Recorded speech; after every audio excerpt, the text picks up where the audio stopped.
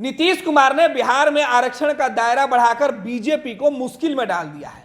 बिहार में एक तरफ बीजेपी ने आरक्षण के मामले पर विधानमंडल के अंदर सहमति देकर बिहार सरकार के साथ तो खड़ी रही, लेकिन अब उसी आरक्षण के मुद्दे पर बिहार सरकार ने एक नया प्लान तैयार किया है, जिससे केंद्र की मोदी सरकार मुश्किल में पड़ जाए।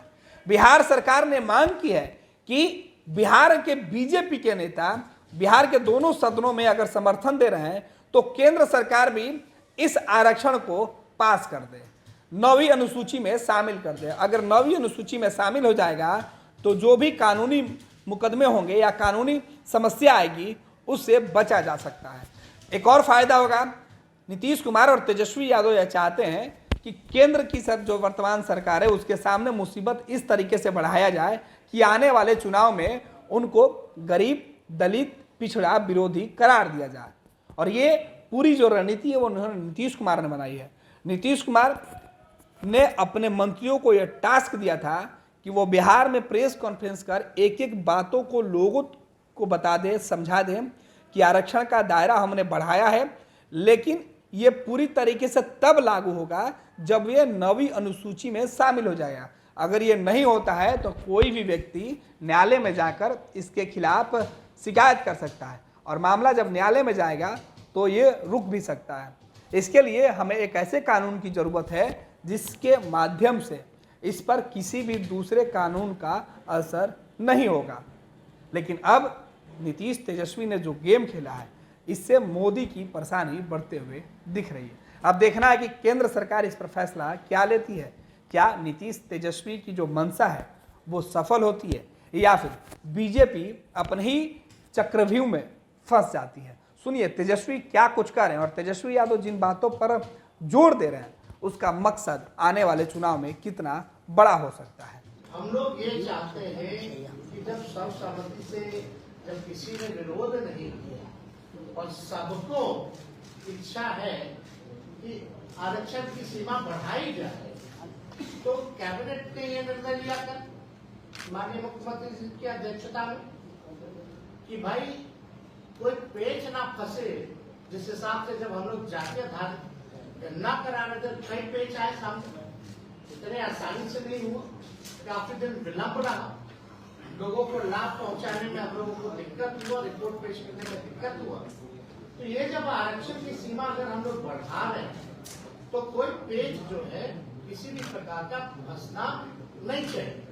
और माननीय वित्त मंत्री जी ने उदाहरण भी बताया, कई ऐसे मामले हैं जिसको शेड्यूल 9 में जो है वो किया गया, रखा गया है। तो हम लोगों ने यही रिकमेंड किया है कि भारत सरकार जो है जो आरक्षण की सीमाएं हम लोगों ने बढ़ाई है उसको शेड्यूल 9 में जो है रखा है।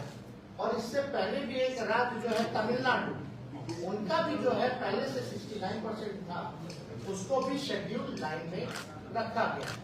तो हम लोग तो यही अब इंतजार में है कि अविलंब भारत सरकार ना सोचे ना समझे, क्योंकि आपके दल के सभी लोगों ने यहाँ सहमति जताई है और आपके दल के लोगों का तो कहना है कि और भी बढ़ा दे सरकार, तो उसमें भी साथ देंगे। तो कम से कम बिना सोचे और विलंब जो है इसको शेड्यूल 9 में रखा जाए। और दूसरी बात, जहाँ 2.5 लाख करोड़, जैसे वित्त मंत्री जी ने हम लोगों ने बताया, भूमिहीन को भूमि देना, गरीबों का घर बनवाना, लोगों के रोजगार में मदद करना, तो लगभग 2.5 लाख करोड़ का जो अतिरिक्त हम लोगों पर भार है वो किया। हालांकि मुख्यमंत्री जी ने स्पष्ट ये विधानसभा में कर दिया कि 5 साल तो लगेगा, लेकिन अगर भारत सरकार अगर विशेष मदद करते, विशेष राज्य का दर्जा दे देंगे, तो ये काम जो है 2 साल 2.5 साल में हम लोग जो है कर लेंगे, ताकि बिहार जो है गरीबी से मुक्त हो सके और अपने बिहार के लोगों के पास रोजगार हो, अपना मकान हो, अपना जमीन हो, ये हो सकेगा। और इसमें तो हम लोग सबको साथ लेकर के चल, हम लोगों ने किसी के साथ भेदभाव नहीं किया है, चाहे अपर कास्ट के हो, बैकवर्ड हो, ईबीसी हो, scheduled caste, scheduled tribe, minority के लोग, सब लोगों को साथ हम लोग लेकर के चल रहे हैं और हम लोगों को सब लोगों के लिए काम करते हैं। जो back bencher of the society, जो गरीब परिवार है, उनको मुख्य धारा में हम लोगों को लाने का यही लक्ष्य है। तो इसलिए कल एक ऐतिहासिक हम लोगों ने निर्णय लिया कि भारत सरकार को हम लोगों ने रिकमेंड किया है कि भाई दो चीजों का, एक तो शेड्यूल 9 में आरक्षण जो बढ़ाए गए उसको डाल दीजिए और दूसरा बिहार को तो कई बार वादा भी किया गया है।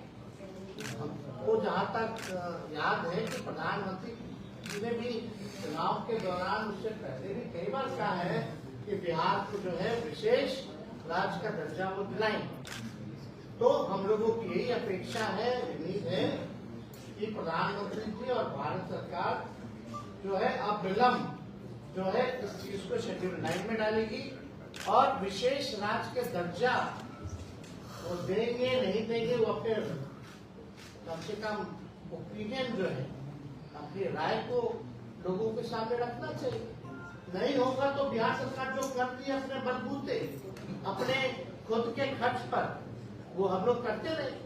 तो ये इसलिए जो है आप लोगों को यहाँ बुलाया गया और सूचित किया गया कि भाई ये चीजें जो है, क्योंकि आप सब लोग को भी फायदा, आप लोगों के जान पहचान वालों को भी फायदा है, सब लोग आप लोग बिहार के लोग हैं और बिहार को अगर विशेष राज्य का दर्जा मिलेगा तो इससे बड़ी बात क्या हो सकती है। तो हम अपनी बात को यही विराम देते हैं और माननीय ऊर्जा मंत्री जी से आवेदन है कि अपनी बात को आप लोग ऊर्जा मंत्री जी से पहले सवाल है कि ये मानकर चला जाए नरेंद्र मोदी जी अब पहले बात हम कहीं ये लो मुंह मीठा करो, आज मैंने अपना जॉब छोड़ दिया, अब हम पूर्णिया वापस जाएंगे। जॉब छोड़ दिया है? मतलब ये घर कैसे चलेगा? हम करेंगे क्या? और माँ बाबूजी क्या बोलेंगे?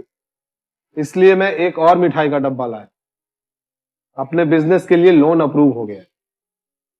अरे लोन अप्रूव हो गया वो तो ठीक है, लेकिन पूर्णिया में हम रहेंगे कहाँ? अपना घर भी तो नहीं है वहाँ।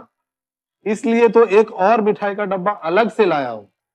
हमने पूर्णिया में घर ले लिया है, पूर्णिया के ई होम्स पैनोरमा में।